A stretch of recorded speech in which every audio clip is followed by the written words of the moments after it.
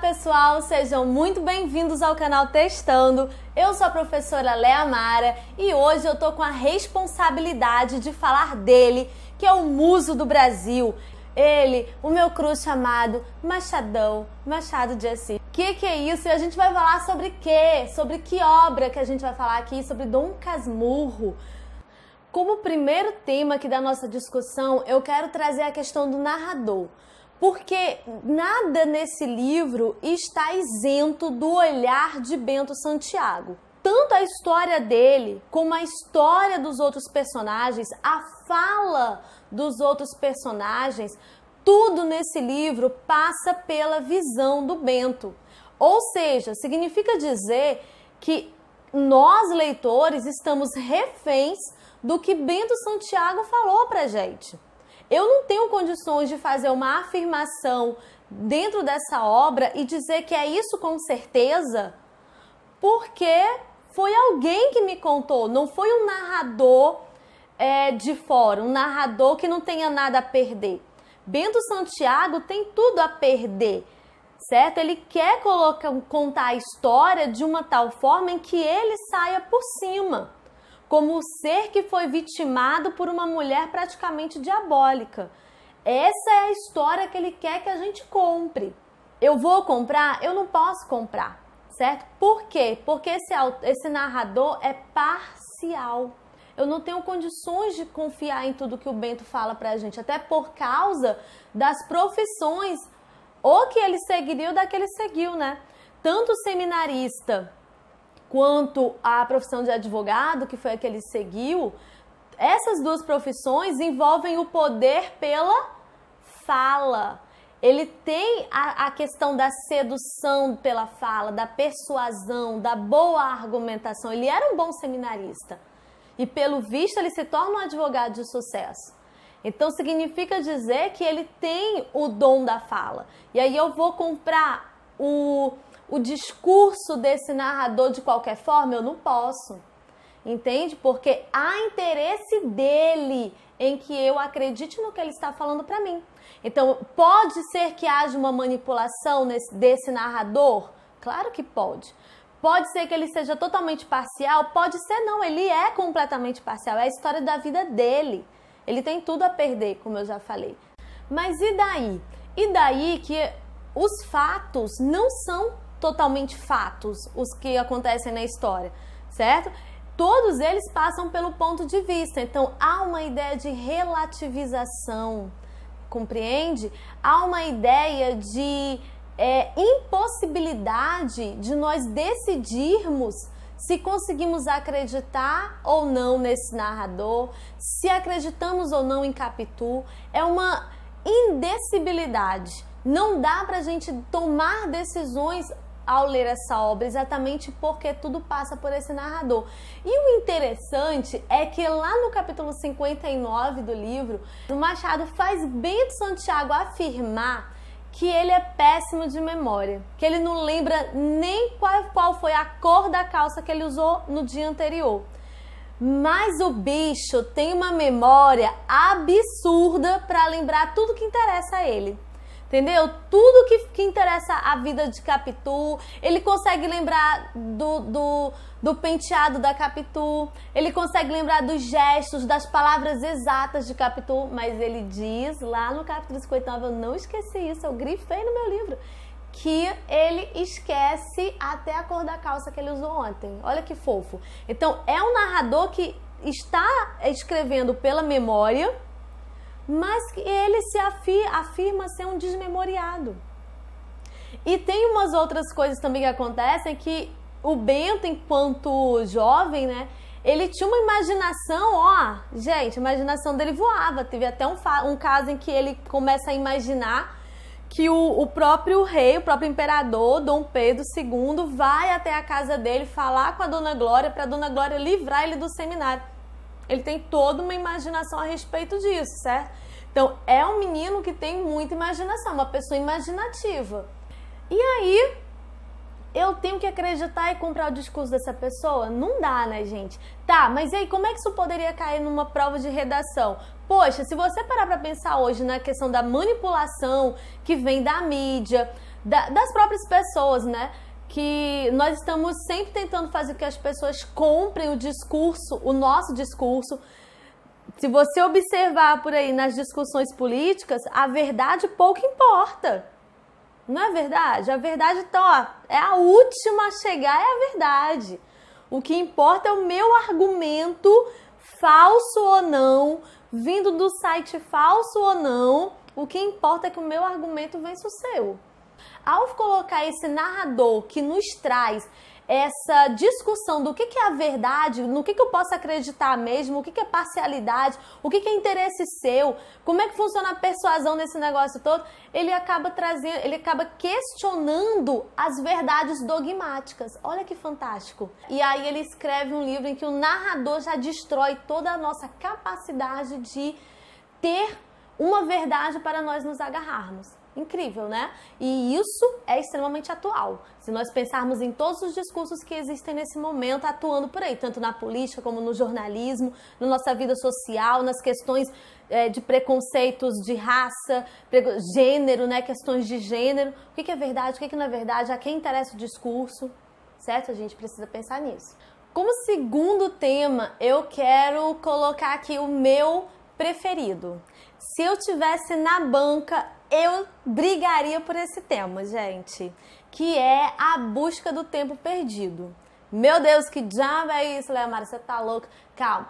Gente, a busca do tempo perdido nada mais é... Isso é um título, né, de uma obra de Marcel Proust. E essa obra vai falar exatamente de uma coisinha que acontece nos 3 romances que foram escolhidos pela UERJ esse ano, né? Os contos do Guimarães, né? Que não são romances, são os contos, A Hora da Estrela e Dom Casmurro. Que tema é esse? Busca do tempo perdido. É que em todos esses escritos, essas obras literárias que nós estudamos, nós vamos ter narradores, olha isso, narradores que estão recontando, estão narrando a sua própria existência, a sua própria vida, em busca de descobrir a si próprio. Olha lá na Terceira Margem do Rio, o filho recontando a história do pai, as experiências, ele tentando reencontrar.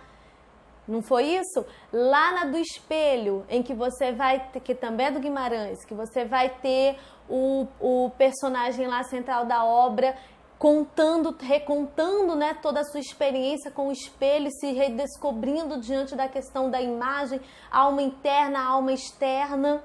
A Hora da Estrela, você tem não a Macabeia, né? Porque lembra que a gente tem enredos diferenciados ali dentro. Você tem no Rodrigo, o narrador da história toda, né? Você tem no Rodrigo os momentos em que ele está falando sobre a vida dele e ele fala isso, que ele está buscando se encontrar. E agora nós temos Dom Casmurro, Bento Santiago, que também quando chega na sua maturidade resolve escrever um livro buscando atar as 2 pontas da sua vida, certo? Então você vai ter nas 3 obras escolhidas pela UERJ o mesmo tema. Querido, eu tivesse nessa banca, eu ia comprar esse tema aí, certo? Que aqui você pode colocar uma questão filosófica importantíssima, né? Que é a busca do eu, certo? Nós estamos buscando esse eu e quando nós não conseguimos nos encontrar, a narrativa, o fazer narrativa, ele acaba nos ajudando. Porque quando eu escrevo, quando eu reconto, não é nem questão de escrever propriamente, né? Mas quando eu reconto a minha própria história, quando eu reconto a minha experiência, eu acabo rememorando, lembrando o que eu quero, relembrando o que eu quero manter na memória e esquecendo aquilo que eu quero apagar, né? Então, no fazer narrativo, eu acabo me recriando, eu estou me buscando, eu estou tentando me redescobrir ou criar um eu, porque todos esses protagonistas aí dessas histórias, eles chegaram nesse momento de narrativa buscando a si próprios, porque alguma coisa aconteceu ali no meio do caminho deles que os desestabilizou e fez com que eles se perdessem, e agora eles estão se buscando novamente. Eles fazem isso através de quê? da narrativa. Entre essas obras, né, que falam sobre esse mesmo tema, existe uma frase que ronda esses três autores que, gente, sério, eu acho fantástico esse tema. E ainda tem essa frase, que é o seguinte: em Dom Casmurro, o Dom Casmurro fala assim: não consegui recompor o que foi, nem o que fui. Lá na Terceira Margem do Rio, o narrador, que é o filho, diz assim: sou o que não foi, o que vai ficar calado. E na Hora da Estrela, tem essa mesma frase para o Rodrigo. A frase do Rodrigo é: e agora só queria ter o que eu tivesse sido e não fui. E tem outra frase semelhante para Macabea, em que é dito: saudade do que poderia ter sido e não foi. Todos esses personagens que são protagonistas, narradores ao mesmo tempo, eles estão em busca de si próprios. Até a Macabea, que nem conta a história dela, ela está em busca dela mesma. Todos eles estão usando da narrativa para encontrarem o seu ser, porque eles deveriam ter sido, mas não foram, e agora eles querem ser algo, e a narrativa vai ajudá-los a reconstruir nessa busca pelo tempo perdido. Olha que coisa linda! Sério mesmo, eu voto nesse tema. O terceiro tema está muito ligado a esse segundo, porque o terceiro tema que eu escolhi seria a melancolia. Que a melancolia é exatamente quando você está preso ao passado. Lembra que a gente falou isso lá na Terceira Margem do Rio, né? Eu expliquei bem para vocês essa coisa do luto da melancolia.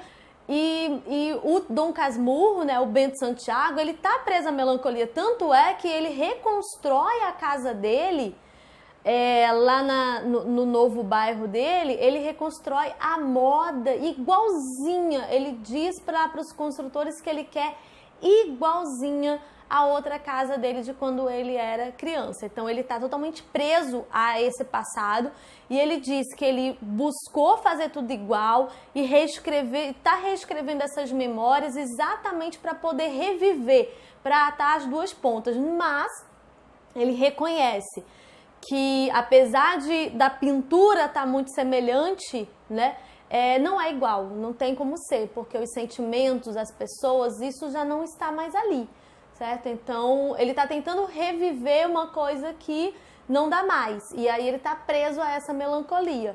No quarto tema, eu quero sugerir a questão da formação da personalidade do ser humano. Se você for observar a formação do Bentinho, né, na sua infância, e a formação de Capitu, você vai ter duas pessoas absurdamente diferentes aqui, e aí fica sempre o questionamento: por quê? Certo? Por quê? Será que se deve à questão lá naturalista, do determinismo, de você nasceu numa determinada casa e aí você é assim, você tem que aceitar isso, estilo Bentinho, ou você vai lá e dá um chute na porcaria do determinismo e diz: aqui quem manda sou eu, quem resolve o meu futuro sou eu, igual o Capitu fez? Fica uma questão importante aqui pra gente discutir, certo? Olha para dentro da casa do Bentinho. Primeiro vamos começar na casa do Bentinho. O que a gente tem lá dentro? Nós temos uma família decadente, certo? Uma família em que você vai ter 3 viúvos morando juntos e um agregado que vem sei lá de onde para dentro dessa casa, certo? E o Bentinho, é isso que você... E os escravos, né? É isso que você vai ter lá dentro. Quem são essas pessoas que cercam o Bentinho? Muito bem, o pai de Bentinho, que seria o ser forte da história, esse cara morreu. Morreu, o Bentinho ainda era muito novo. Ele nem tem lembranças do pai. Então, o cara que seria talvez o encaminhador do Bentinho para a vida política, pública, um homem de grandes responsabilidades, esse cara morreu e Bentinho ficou aos cuidados da mãe Beata, certo? Dona Glória é uma mulher que ficou viúva aos 30 anos, se veste inteira de preto e ela é uma carola desde sempre, porque antes mesmo do Bentinho nascer, como ela perdeu um filho, quando ela engravida do segundo, que é o Bentinho, ela faz uma promessa dizendo que se o menino vingar, ela entrega ele para o seminário para ele ser padre, certo? Então daí você já tira a pessoa, o grau da loucura do ser humano. Essa pessoa não bate bem da bola não, gente. Que a pessoa decide o futuro do filho. relações complicadas aqui, abusivas entre pais e filhos, né? Conhecemos bastante, né? Ela decide que vai ser assim e acabou. O menino é promessa, ele que se vira se ele não gostar, entendeu? Ele que tem que dar o jeito dele. Só que o Bentinho é muito submisso, né? Ele é muito submisso. A mãe dele trata ele como se ele fosse um bibelô de cristal. Ele não pode fazer nada que ele vai quebrar. Ele não pode sair no sol quente que a mãe dele não deixa. Ele não pode subir no cavalo que a mãe dele fica louca achando que ele vai cair de lá e vai morrer.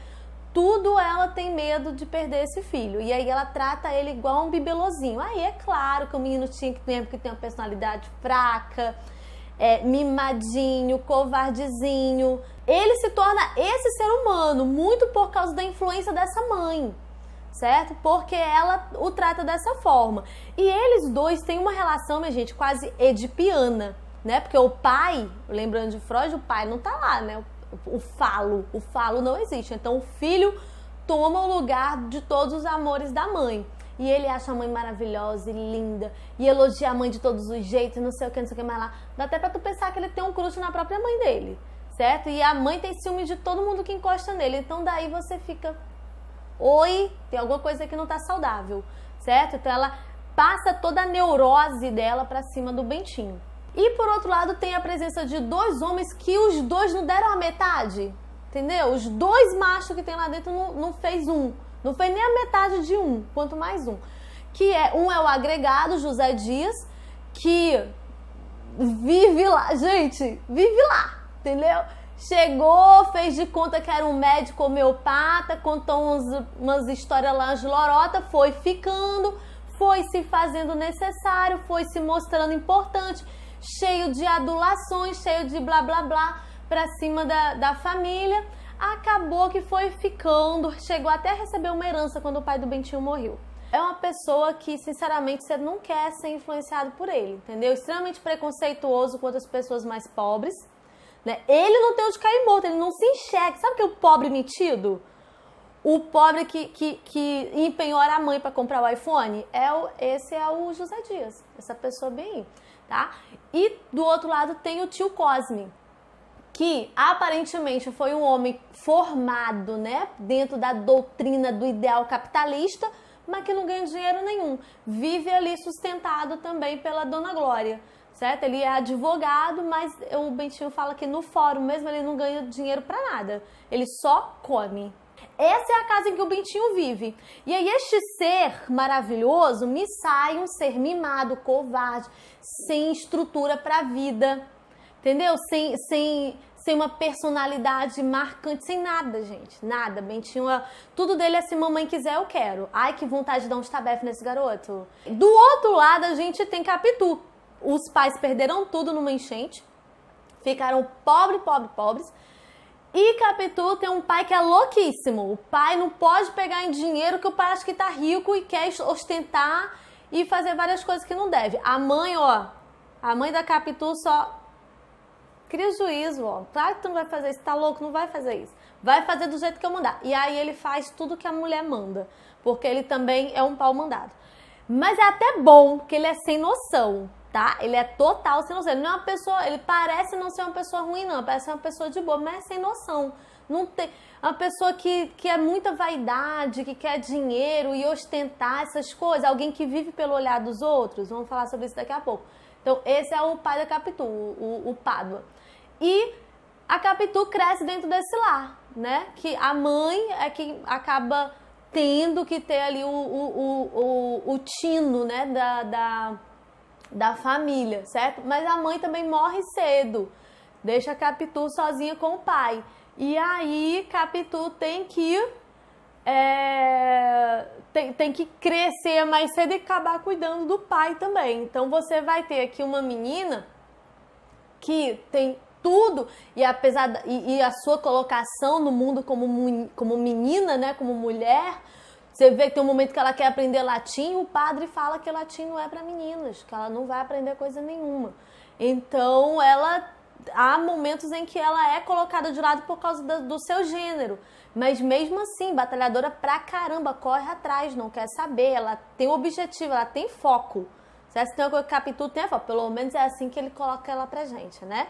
Então, você vai ter a formação dessas duas pessoas. Então, pode ser que surja daí uma discussão também a respeito de o que forma o caráter de um ser humano. Será que a família consegue ser mais forte do que alguma personalidade interna que a gente já tem? Ou será que a gente consegue se sobressair além? Porque Capitu foi o que Capitu fez, certo? O Bentinho e a Capitu são opostos nesse sentido. Ele vai de mal a pior com aquela família louca que ele tem. Ela pega o que tem e pula, sobe, certo? E ela tem foco, ela trabalha com o que ela tem para conseguir o que ela quer, ok? E aí, afinal de contas, dentro da formação de caráter, aqui da formação do ser humano, o que manda?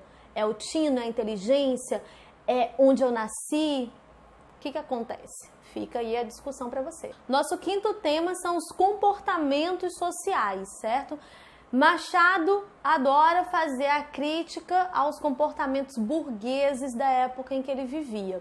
E aí, que comportamentos seriam esses? Bom, primeiramente, é interessante observar que tanto em Dom Casmurro como em Memórias Póstumas de Brás Cubas, ele traz pra gente um protagonista que nasce dentro de uma família decadente. O que seria isso? É uma família que não produz mais nada, essa família, certo? Ela vive da herança de alguém que trabalhou e já morreu. O ser que produzia morreu e ele continua presente na obra através do seu dinheiro, porque é o dinheiro dessa pessoa que morreu que mantém esses outros seres sugadores aí dentro do patamar aristocrático ainda, oligárquico, né? E é o que acontece lá na casa do Bentinho. O pai morreu e aí a mãe, a Dona Glória, ela acaba adquirindo alguma importância social porque agora ela é viúva, né? E aí, dentro da condição de viúva, ela passa a ter um poder. E veja que ela até chama uma outra senhora para ir morar com ela, porque aqui é a questão do comportamento social da época, certo? De você, uma mulher sozinha, não morar só, certo? Que ela poderia se dar o desfrute, digamos assim. Então, ela chama uma parenta mais velha que ela para morar ali com ela, para poder fazer, entendeu? Um H e dizer, sou uma mulher honesta, honestíssima, tá? E isso de colocar essa família vivendo da herança de alguém que já se foi, certo? É uma crítica, inclusive, a um outro tema que a gente vai falar aqui, que é a crítica ao capitalismo, que Machado faz também, certo? Vamos falar disso já já. Aqui dentro ainda dos comportamentos burgueses, a gente pode falar também da questão do casamento, né? Casamento é colocado em xeque. O casamento que na época do romantismo ele era o foco final do livro, agora aqui em Machado, ou seja, em todo o realismo, na verdade, ele acaba sendo o foco de análise. É ali que se concentra a análise. Agora que a gente, casamos, chegamos em casa, vamos ver como é que as coisas acontecem agora. E aí vem a análise, o destrinchar do casamento, da relação matrimonial e todas as agruras que esse negócio traz, né? Esse casal, além da questão óbvia que a gente conhece, que é da traição, eles passam pela angústia do filho, também é uma necessidade interessante esse negócio de tem que ter um filho. Isso, inclusive, também pode ser um tema, tá? Que até colocar aí também como sugestão, né? Que é a questão do filho, porque hoje em dia, atualmente, existem muitas famílias que preferem não ter filhos, né? São o child free. Gente, não sei inglês, tá? Mas é child free, sei lá. Tipo, livre de crianças, né? E aí são mãe de pet ou são mãe de nada e tá tudo bem. Eles preferem não ter filhos. Mas naquela época não. Naquela época a questão da família, de você formar uma família, só estava completa com um filho, né? E eles sofrem com isso porque o casamento deles não está completo ainda, porque eles não conseguem ter um filho. Até ouvi alguém comentando, será que não corre o risco da Capitu ter tido relações com o Escobar só para que ela pudesse engravidar e dar um filho pro Bentinho, porque o Bentinho não conseguia nem engravidá-la? Sei lá, né, gente? Dom Casmurro é uma obra aberta. Pode ser que sim, pode ser que não. Eu achei interessante, certo? Do jeito que Bentinho é capaz dele não conseguir fecundar nem a própria esposa. Mas ok, vamos deixar pra lá. Vamos deixar de ser maldosa. Hoje eu tô tão maldosa, gente, com o Bentinho. Nossa, tô tipo Machado. A gente tem a questão da dissimulação social, né? Aquela coisa de você ter que colocar as máscaras sociais. A gente já comentou sobre isso aqui em alguma outra obra. Questão de eu acatar aquilo que a sociedade espera de mim para que eu não seja colocada de lado. Temos aí a presença da fofoca, da intriga, da adulação. Tudo isso você vê no José Dias, certo? Todos esses comportamentos, ele faz não só nele e em outros também, mas fofoca na Prima Justina, a adulação, José Dias, gente, ele vive disso. A questão das mentiras ambiciosas, né? Por exemplo, quando o próprio José Dias chega lá na fazenda lá do pai do Bentinho, falando que é médico homeopata, Capitu também usava dessas coisas, né? A Dona Glória pergunta pra ela lá, tem um momento que ela pergunta pra ela se ela acha que o Bentinho vai dar um bom padre. Ela fala, acho sim, acho que ele vai ser um ótimo padre. Ela fala toda convicta. E por trás tá ela manipulando as coisas para poder tirar Bentinho do seminário. Então aquela mentirinha que você joga aqui para poder acalmar os ânimos, para não deixar a pessoa chateada, mas por trás você pensa outra coisa, tá fazendo outra coisa. Isso é muito comum, né, no meio social. E uma outra crítica dentro ainda desse assunto interessante é a questão da própria sociedade escravocrata da época, né?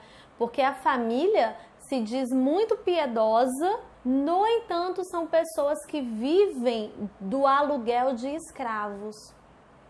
São pessoas que vivem do aluguel de outras pessoas, né? Eles alugam escravos para outras pessoas poderem usar essa força de trabalho. Nesse tema 6, a gente fala exatamente da crítica que Machado faz ao capitalismo e à meritocracia, né? Nós já falamos sobre isso. Nós temos uma família que vive da renda de alguém que já morreu. Essas pessoas não fazem nada para produzir dinheiro, nada para produzir qualquer coisa de útil para o país. Elas simplesmente vivem daquilo que foi deixado para elas. E, além disso, né, elas alugam escravos. Você tem do outro lado lá da casa deles o Pádua, né, que é uma pessoa totalmente ele fica impressionado com dinheiro muito fácil, né? Então dinheiro para ele é algo importante demais para que ele possa ser bem visto pelas outras pessoas, certo? E aí ele ganha, quando ele ganha algum dinheiro, alguma possibilidade de melhorar de vida, ao invés de ele usar isso com sabedoria, ele quer ostentar. E é isso que o capitalismo quer do ser humano, né? Que quando a gente tem algum dinheiro, ao invés de nós sermos prudentes, nós gastemos com quaisquer coisas que sejam, principalmente coisas que não são úteis. É assim que o capitalismo vive. Certo?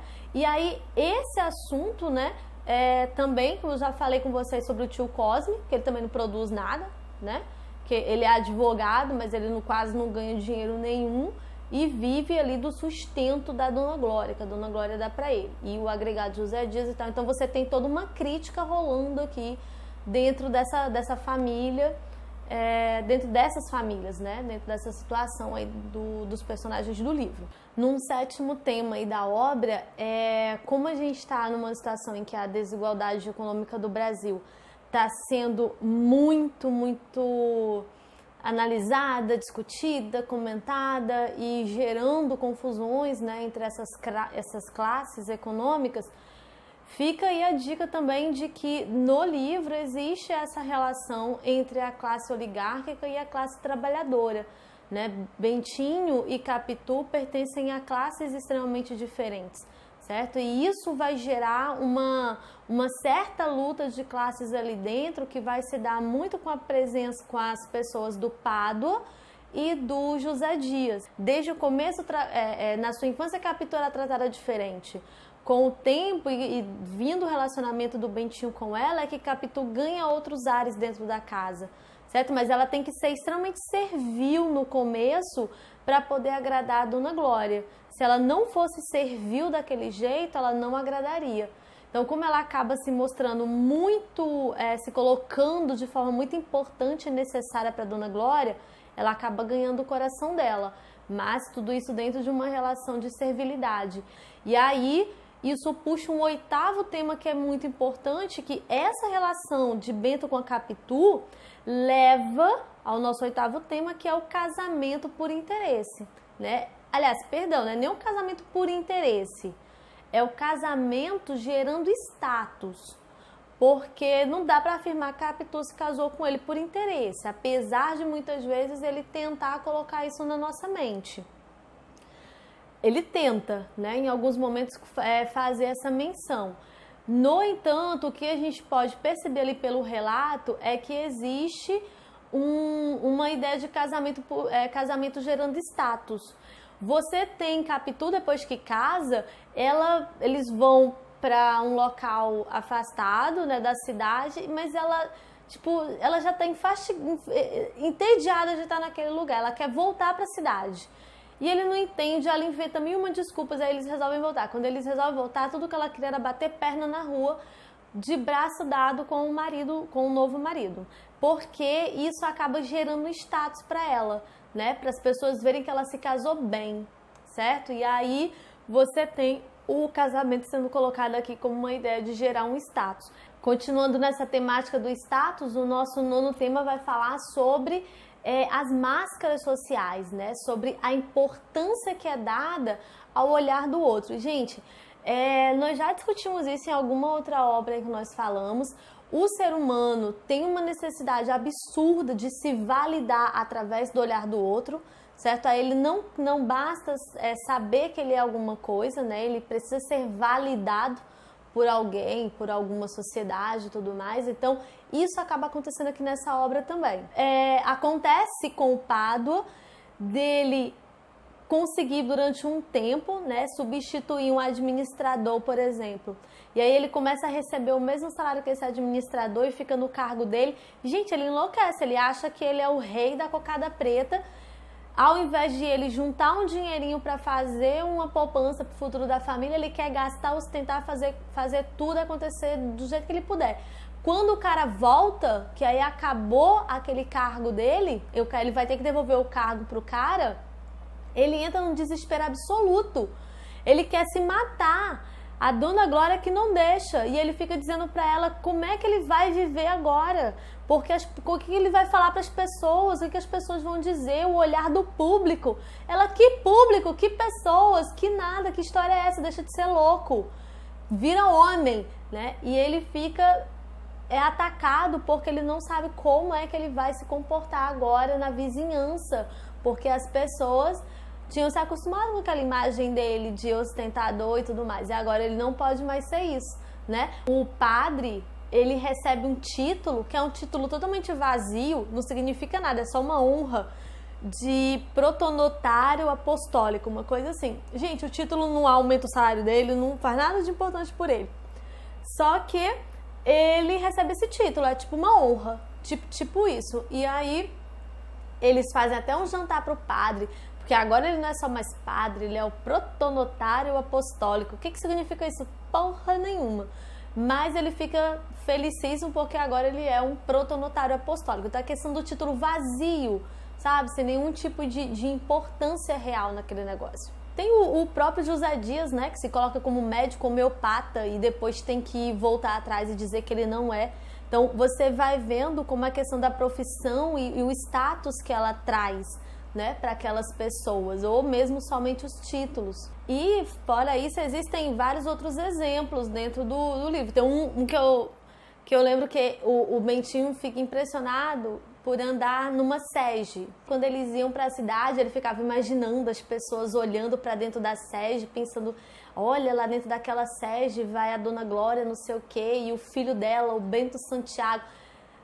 Ele fica feliz de andar na sede porque ele imagina que as pessoas estão falando dele. As pessoas devem estar se lixando, né? Ou então até devem estar falando, mas pô, qual a importância disso? Importância nenhuma. Mas para ele é algo importante, é a questão da vida de aparências.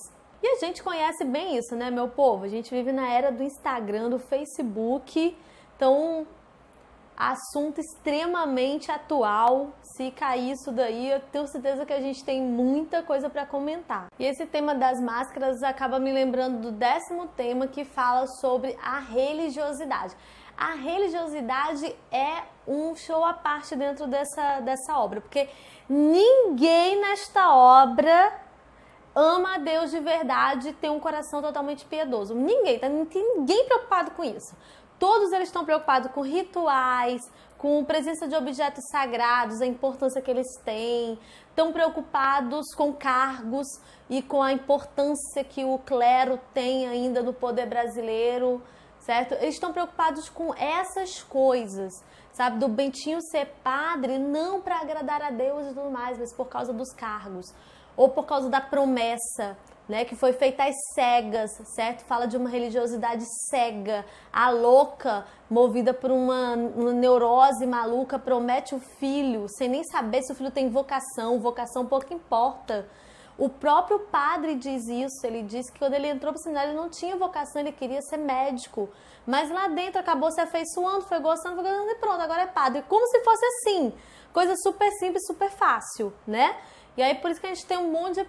Vamos nem comentar esses assuntos estranhos não, mas o padre sem vocação, as promessas, a quantidade de promessas que esse povo faz e não cumpre.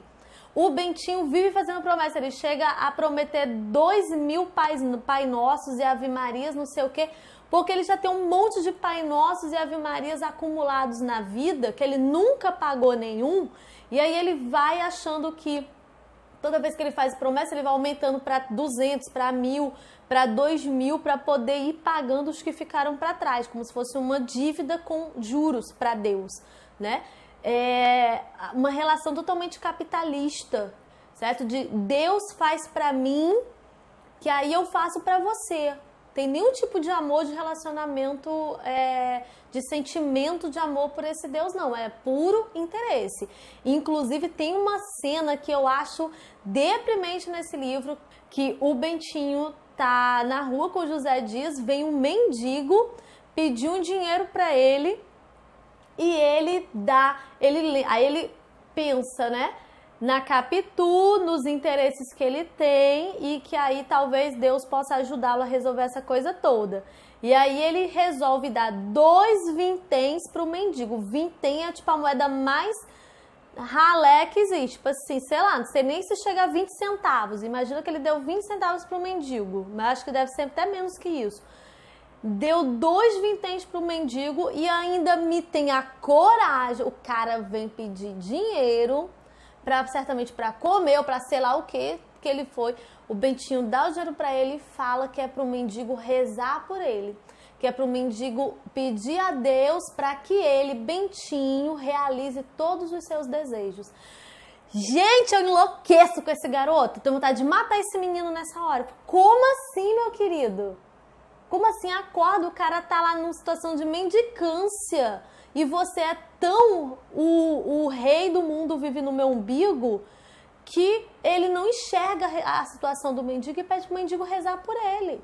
Ai, gente, pelo amor de Deus, só matando esse garoto, uma relação de total capitalismo com Deus, com a vida, com as pessoas, sabe? Nenhum respeito por Deus ou pelo ser humano, entende? Então, essa noção de religiosidade falsa, promessas quebradas facilmente. A Dona Glória mesmo, que tinha essa promessa aí louca que ela fez com o filho, ela resolve pagar para uma outra pessoa aí no lugar do Bentinho e tá tudo certo. Tipo, não tem nenhum tipo de relação mesmo com Deus. Não perguntou para ele se podia, entendeu? Não teve uma dor na consciência. Falou, olha que ideia boa, deixa o meu filho aqui que eu pago o outro para ir lá no lugar dele. Gente... sabe? Tipo, uma religiosidade extremamente falsa, extremamente falsa. Tem um momento lá que o José Dias e o Pádua começam a brigar para ver quem é que sai na frente da procissão. É só uma questão de status e de interesse, de Deus fazer para eles o que eles querem que seja feito. E depois que é feito, dane-se, Deus fez porque quis. É basicamente essa noção de religiosidade nessa obra. Nosso 11º tema fala sobre algo polêmico, algo complexo, hein? Que é o machismo e o feminismo dentro dessa obra. Assunto extremamente atual. Primeiro, o Bento Santiago, ele dentro do momento dele, adolescência, infância, ele, como a gente já falou, ele é um menino covarde, fraco, sem personalidade, Capitu é quem o domina. Capitu o domina totalmente. Ele é dominado pela Dona Glória, né, dentro de casa, com essa questão do padre. Mas a outra pessoa que o domina é Capitu. E ele fala várias vezes, aí eu volto a lembrar, por favor, lembre-se, estamos aí na lente de Bentinho, mas ele fala várias vezes que ela é muito esperta, que ela é muito inteligente, que ela tem muitas vezes ela é ardilosa para enganar os próprios pais, né? Que ela toma iniciativas com ele. É ela quem toma atitude naquela cena do beijo, é ela quem toma atitude de falar sobre questões de casamento. Ela tem as melhores ideias, ela é uma pessoa extremamente reflexiva, certo? A Capitu é extremamente curiosa, né? Ela é colocada como uma curiosa, ela quer aprender sobre as coisas, ela pergunta, ela aprende francês, ela quer aprender sobre costura, ela quer saber como as coisas funcionam, ela se interessa por tudo que está ao redor dela. Ela é uma menina muito viva. E aí isso acaba não sendo bem visto pela sociedade da época, porque Capitu, por ser muito... ela não é muito submissa, ela não é muito servil, ela quer ser protagonista da própria vida dela. Isso acaba não sendo visto da melhor forma possível. Não esqueça que em casa Bentinho tem a imagem da mãe, mulher honestíssima, fidelíssima ao marido morto, que não faz nada da vida dela, só vive no luto fechado, certo? E que tá esperando a morte chegar. É isso que é a mãe dele, ok? E ele tem essa mulher como uma santa, como uma mulher digna de ser adorada. Capitu, meu amor, ela é o oposto total de Dona Glória. Então ela certamente assusta Bentinho, porque ela tem rompantes, ela tem personalidade, ela manipula ele, ela faz ele de joguete na mão dela, porque ele não tem força, certo? Ela diz vai, ele vai, ela diz fica, ele fica, porque ele não sabe se posicionar. Então esse é o primeiro momento dos dois. E ela mesma, ela não tem culpa nenhuma dele ser um fraco. Você pode estar pensando, mas também com uma mulher dessa... Não, ela não tem culpa nenhuma. Vários momentos ela dá oportunidades para Bentinho, em vários momentos. Inclusive ela chega a perguntar para ele se ele tem medo. Bentinho, você tem medo? Ele diz, medo de quê? Medo de sair por aí, de apanhar, de não sei o quê. Ela quer saber se ele tem medo da vida, se ele teria coragem de ir em busca das coisas dele e deixar a Dona Glória pra lá com essa beatice dela. É isso que ela quer saber. O Bentinho se gruda nesse negócio de que alguém vai bater nele. É ridículo essa cena. Ele de apanhar, mas apanhar de quem? Quem é que quer me bater? Essa é a preocupação dele. Quem é que quer bater nele? Depois ele ainda repete de novo. Mas quem é que quer me bater? Ele não entende a pergunta de Capitu. Então você vê daí que ele é despreparado nessa área. E ela, Capitu, não tem culpa disso, certo? Há de convir, ela é forte, então ela vai continuar sendo forte. Tem porque ela ser fraca porque ele é fraco, certo? No entanto, quando eles se casam, meu amor, quando eles se casam, Bentinho bota as garras de fora. Bentinho quer ser dono de Capitu. Aliás, ele sempre quis, né? Mas ele nunca tomou atitudes. Ele sempre foi possessivo com ela. Teve momentos em que ele queria estrangular a Capitu. Houve momentos em que ele tentou beijá-la à força, ela não queria de jeito nenhum, mas ele ficava forçando ela. Então, há momentos de Bentinho que já revelam que ele acha que é dono de Capitu. Que ele acha que, entendeu? Que ela só deve ser dele. Quando eles se casam, que ele passa a ser o chefe da família, dentro dessa sociedade patriarcal, né, digamos assim, ele começa a colocar as garrinhas dele do lado de fora. Ele chega mesmo a proibir Capitu de ir a uma determinada festa com os braços de fora, porque ele acha que os braços de Capitu são muito bonitos, e aí ele não quer que Capitu mostre os braços. Então ele diz que é para Capitu cobrir os braços. Só que Capitu, muito esperta, cobre os braços, né? Para não arranjar uma encrenca, que a mulher tem que ser esperta. Aí ela cobre os braços, mas cobre com um pano que é transparente. Foi ela quem pediu a separação. Quando eles resolvem se separar, ela diz que quer se separar. Aí ele diz logo depois, a separação é certa. E quando eles se separam, ao invés deles admitirem, né, que se separaram, Bentinho leva ela para a Suíça e aí olha a questão da aparência social, certo? Ele leva ela e o filho para a Suíça, deixa eles lá e aí volta para o Rio de Janeiro. Aí vive aqui, de vez em quando viaja para a Europa para dizer que está indo vê-los. E aí volta trazendo notícias, mas nem foi ver os dois, nem foi lá onde eles estão, que ele não tem mais contato com os dois. Mas ele mantém essa aparência, ele morre de medo do olhar social, certo? Talvez fosse por Capitu mesmo, ela teria ficado, a gente não sabe, também estou especulando aqui, ok?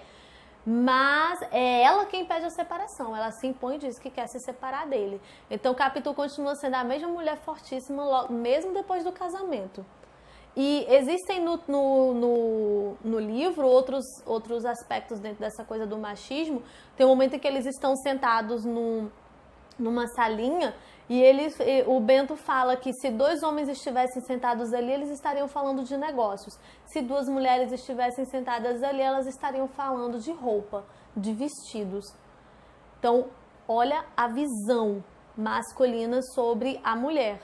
Outra coisa curiosa é que no casamento deles, no sermão que o padre faz, ele diz o seguinte, é um versículo bíblico, o padre diz assim: as mulheres sejam sujeitas a seus maridos, não seja o adorno delas o enfeite dos cabelos riçados ou as rendas de ouro, mas o homem que está escondido no coração.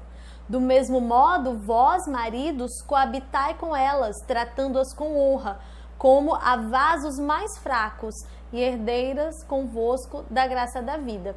Então, esse é o versículo escolhido pelo padre no casamento, né? Então, Capitu teria que ser submissa, se sujeitar ao marido, e o homem teria que tratar a mulher, o Bentinho, no caso, teria que tratar a Capitu como o vaso mais fraco. Meu amor, que discurso é esse diante desse casal? Que a mulher é 3.000 vezes mais esperta que ele, certo? A questão machista vinda da religião. Você vê, se você ler o livro, você vai ver exemplo disso na própria casa dos pais da Capitu, que o pai dela é um porra louca, a mãe é que bota juízo nele. Entendeu? Quantas famílias são assim? Se a mulher não botar juízo, o cara parece que não cresceu ainda, tá querendo comprar PlayStation até hoje e não tá tendo nem o fogão para fazer a comida. E afinal de contas, Capitu traiu, não traiu? Esse é o nosso assunto, né? Nosso tema 12, a infidelidade. Afinal de contas, essa infidelidade aconteceu ou não aconteceu?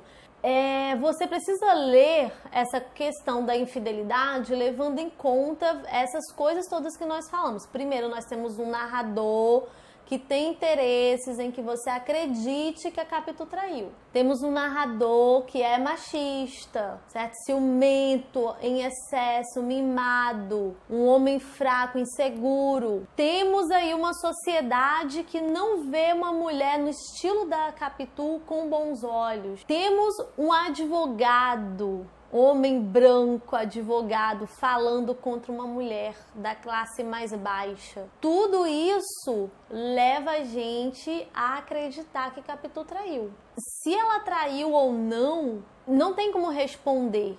É uma pergunta irrespondível na obra, certo? É extremamente relativa essa pergunta, porque simplesmente há dicas tanto para trair como não trair. O que é interessante aqui dentro desse tema é você observar a construção que Bento faz de Capitu para mostrar que ela traiu. Isso é interessante. Como Bento vai construindo Capitu como uma mulher muito esperta, muito inteligente, muito sedutora, à frente do seu tempo, uma mulher que traça objetivos e vai, degrau por degrau, com calma, até alcançar o que ela deseja, certo? Uma mulher calculista nesse sentido, né, de calcular onde ela quer chegar. Então, ele vai pintando uma Capitu que é capaz de beijá-lo escondido dos pais, faltando 2 segundos para o pai entrar na sala. E quando ele entra, a Capitu está totalmente controlada, como se nada tivesse acontecido, dona de si. E Bento pasmado, assim, o olho desse tamanho. É assim que ele conta, certo? É assim que ele conta. pasmado, sem entender nada, coração na boca. Mas Capitu, ótima, feliz da vida, sorrindo, contando piada. E ele fica impressionado, ele fala, como que ela consegue fazer isso? Ele fica impressionado. Ele fala que ela é muito mais mulher do que ele, coisas desse tipo. Então, você vê que vai sendo criada na obra, vai sendo criado um cenário para você acreditar que Capitu traiu. Eu acho, na minha concepção, que ele é louco. Só isso, ele é louco, doente, neurótico e que ela não traiu. Mas ele é tão louco, ele é tão boy lixo que eu acho que ela devia ter traído. Só pra espizinhar mais ainda a cabeça dele, pra ele se retorcer lá no túmulo que ele tiver. Eu sei que ele é personagem, tá, gente? Mas que Bentinho me irrita, tá? Perdão aí, qualquer coisa. E existe na obra um momento que é o caso do teatro lá. Quando o Bentinho volta do teatro, que ele encontra o Escobar saindo da casa dele, ou na porta da casa, né? Não dá nem pra saber se o Escobar tava dentro ou fora. Não dá nem pra saber. Bentinho encontra o Escobar na porta da casa dele. Se Escobar tava chegando ou saindo, ninguém sabe. Isso é que é interessante. Olha o relativismo. Entendeu? E aí Bentinho, você aqui, não sei o que. Aí Escobar vai com um papo torto de querer conversar com ele sobre negócios àquela hora da noite. Ele não esperava que... quer dizer, Bentinho não era esperado naquele momento porque ele estava no teatro. E ele saiu depois do primeiro ato, porque Capitu tinha ficado em casa doente, falou que não queria ir. E aí fica... Esse momento me pega. Eu fico, rapaz, será? Mas é um dos poucos momentos que me pegam também, porque o resto eu acho que o Bentinho é louco mesmo. Nessa confusão toda vem a questão da criança, né, que nasce do Ezequiel. E esse menino, diz que ele se parece muito com o Escobar, né? Todo mundo fala isso, que ele imita muitas pessoas, ele acaba imitando o Escobar muito bem. E é interessante ver como a Capitu começa a se comportar como culpada. Pelo menos é assim que o Bento coloca pra gente, certo? Depois da morte, né, do Escobar. Ele começa a colocar a Capitu como muito preocupada, porque ela briga, ela começa a brigar com o Ezequiel para ele não imitar as pessoas. Ela chama a atenção do José Dias numa brincadeira em que ele fica toda hora falando o filho do homem, o filho do homem, o filho do homem. Ela, que homem que é esse que você tá falando que o Ezequiel é filho, não sei o quê. Aí ele explica pra Capitu que é só uma brincadeira e tal, e ela diz que ela não quer essa brincadeira. E ela começa a achar que a Dona Glória não gosta mais dela e também não gosta do menino. Então, a desconfiança do Bento começa a passar pra ela, né? E aí a gente fica pensando, será que ela tá com sentimento de culpa agora que o Escobar morreu?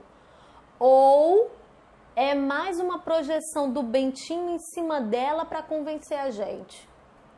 I don't know, não sei mesmo, certo? Mas fica essa observação aí.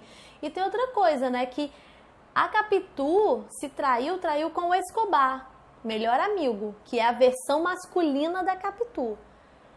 Se eles traíram juntos, mas o Bentinho não demonstra ódio pelo Escobar, certo? Tipo, o ódio dele tá focado aqui, ó, na Capitu. E ele só descobre isso depois que o amigo dele morre. Conveniente, né? Porque eu fico pensando, o que será que teria acontecido se o Bentinho descobrisse isso com o Escobar em vida, certo? Não sei. Será que teve interferência também depois da morte? Aí morre o Escobar e aí ele resolve focar em cima da Capitu, não sei. Mas essa necessidade de comprovar que Capitu traiu começa a enlouquecer Bentinho. Lembre que ele é uma pessoa que tem uma imaginação muito fértil, certo? Ele pode estar acreditando em coisas que não existem realmente, certo? E quando eles se separam, Capitu fica abaladíssima em descobrir que ele está pensando aquilo dela, certo? Ele comenta isso, que ela ficou pasma com as coisas que ele estava falando para ela, não passavam pela mente dela. Então, fica aí a ideia de que realmente esse ciúme dele é tão doentio que o enlouqueceu, certo? A ponto dele acreditar somente na verdade dele e nada mais o convence do contrário. No 13º tema, a gente fala exatamente sobre esse ciúme. A obra faz referência o tempo todo a Otelo, que é a obra de Shakespeare em que Otelo mata Desdémona por causa de algumas coisas que Iago falou para Otelo a respeito dela. E Desdémona era inocente na história, né? O próprio Bentinho chega aí ao teatro para ver essa encenação e sai de lá pensando, poxa, se o público achou certo Otelo matar Desdémona, que era inocente, imagine Capitu, né? Então ele sai de lá no foco de fazer alguma coisa. Aí ele pensa em se matar, ele pensa em matar o Ezequiel, ele pensa em matar a Capitu, ele pensa em um monte de coisa, certo? No final das contas eles só se separam, mas daí você já percebe que o ciúme dele é doentio mesmo, certo? Porque não existe na obra nenhuma cena que mostre realmente acontecendo alguma coisa entre Capitu e Escobar. Lembre-se que ele enlouquece com essa história do ciúme no velório do amigo. Gente, eu acho a coisa mais natural do mundo, é porque eles eram muito amigos, não é? Eles eram muito amigos. Então é normal que Capitu olhe para o morto e lembre de coisas que viveram juntos. Ela podia gostar deles, eram tão parecidos. Por que não? Podia ser só uma questão de, poxa vida, uma pessoa semelhante a mim, quase um irmão de alma, foi embora. Por que não podia ter sido isso? Por que tinha que ser o amor carnal, entendeu? O desejo sexual fazendo ela olhar para ele daquele jeito, sabe? Daí vem o meu pensamento de que o Bento Santiago é louco, porque se ele pensasse isso no meio de uma festa, ela tá rindo muito pra ele, ela tá dançando pra ele, ela tá... Não, mano, vem de um velório. Ela acha que ela chorou ele acha que ela chorou de uma tal forma. Ah, pelo amor de Deus, vai se tratar. Deus me livre, cara louco. E a gente ainda não pode esquecer da cena, né, do relato em que ele imagina ter algo com Sancha. Ele chega a dizer para Sancha não ler aqueles capítulos em que ele vai falar sobre ela, certo? Tudo numa ideia de vingança, ok? Então você vai ter ali, tipo, ele num joguinho de sedução muito mirrado, certo? Sem química nenhuma, dele com Sancha, mas que isso não evolui. Ele diz que não evolui, que ficou só por aquilo mesmo, por respeito a Escobar, aquilo morreu ali. Então ainda tem esse caso aí do próprio Bentinho falando a respeito disso, mas pode ser muito bem só para mostrar que ele teve respaldo moral, né? Ele teve uma postura melhor que a de Capitu. Nesse penúltimo tema, a gente vai falar sobre a amizade desses quatro aí, né? Capitu e Sancha são muito amigas, Bentinho e Escobar são quase irmãos. Ok. Ambos, né, os amigos se casam entre si, ok? E aí você vê uma amizade maravilhosa fluindo entre eles, que eles vão viver juntos para sempre, vão criar os filhos juntos, os filhos vão até se casar, talvez, quando estiverem crescidos. É ótimo essa coisa dos pais quererem dominar a vida dos filhos nessa obra, né? Excelente esse tema também. E aí acontece essa tragédia, certo? No entanto, se a gente seguir a ordem do Bento Santiago, a lógica de Bento Santiago, todo mundo traiu todo mundo aí nessa história, né? Porque a Capitu teria traído a Sancha e o Bento com o Escobar também traído os dois com ela, e Bentinho e Sancha teriam tentado uma paquera ali, mostrando também que poderia, sei lá, futuramente, talvez, quem sabe, ter uma abertura para acontecer alguma coisa, certo? Então você vai ter aqui um conjunto aqui dessa amizade que é um pouco complexo, certo? Que mesmo, ou seja, é a questão do pessimismo machadiano, que mesmo dentro daquelas relações em que você acha que está mais protegido que a relação da amizade, você pode receber uma facada, certo? Se a gente seguir a visão de Bentinho, é isso que está acontecendo aí. E aí, ainda tem um outro aspecto para a gente levantar aqui dentro, que eu não vou separar como tema não, mas que fica aí para você, que é uma possível homoafetividade entre Bentinho e Escobar. Não que tenha chegado às vias de fato. Não fala nada no livro sobre isso. Mas existem muitas passagens que apontam para uma possibilidade de leitura como essa, certo? Abraços muito efusivos, de o Escobar ficar segurando a mão do Bentinho durante muito tempo com muita saudade, como se tivesse encontrando mesmo uma mulher amada e tal, a ponto de mesmo outras pessoas falarem. Escobar fica constrangido e fala para Bentinho, é melhor a gente se separar. Bentinho fala, de jeito nenhum, agora que a gente vai ser mais amigo mesmo, não sei o quê.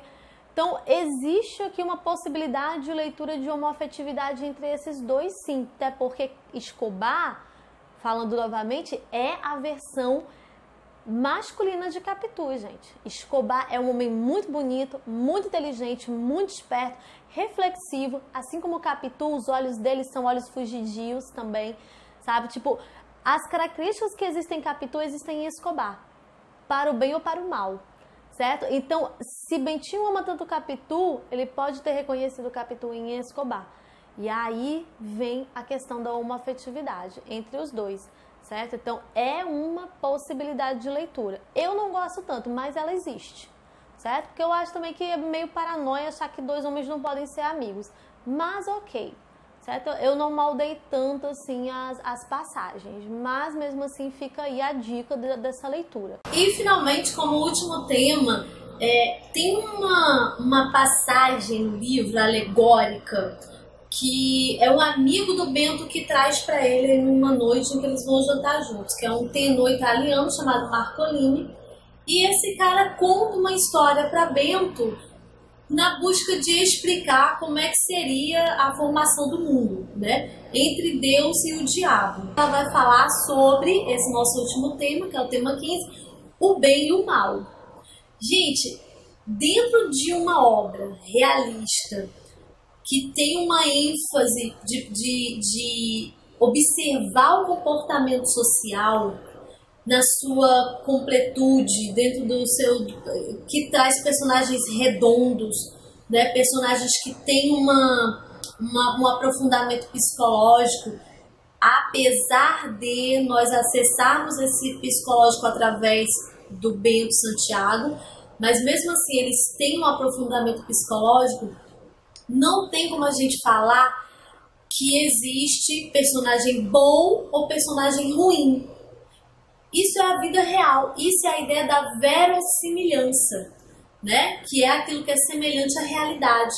Não existe no mundo real essa coisa de gente boa e gente ruim, certo? Não existe uma Dona Glória que é santíssima, imaculada, honestíssima, e do outro lado uma Capitu que é uma víbora, uma enganosa, infiel. Não existe isso. E também não existe um Bentinho que é totalmente louco, certo? O que existem são pessoas com 50 possibilidades, porque as pessoas são complexas. E aqui, quando o Marcolini traz essa ideia do bem e do mal, ele mostra que dentro dessa alegoria de formação do mundo, Deus e o diabo acabam dividindo o mundo entre si. Deus faz o cenário, faz o teatro, mas quem toca a valsa é o capeta. Entendeu? E essa valsa até que foi aprovada por Deus e acaba com a monotonia das coisas. Então, mostra que os dois, o bem e o mal, estão muito juntos e misturados. E isso acontece não só na vida, no mundo, na existência, como acontece dentro de nós. Cada um de nós tem o seu Deus e o seu diabo atuando, certo? E não tem exatamente um momento em que é só o diabo ou é só Deus.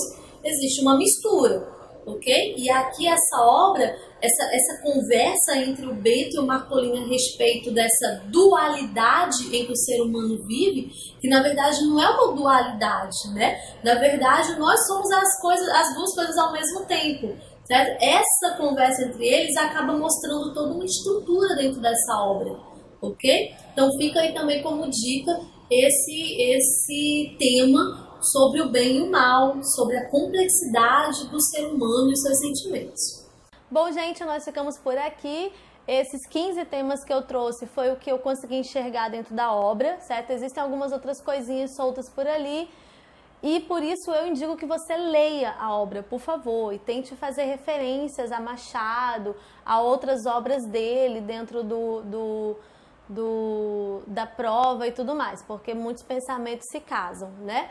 Então ficam aí as dicas dos 15 temas e que vocês consigam fazer uma boa redação, uma boa prova e obter o sucesso nessa prova de vocês, tá bom?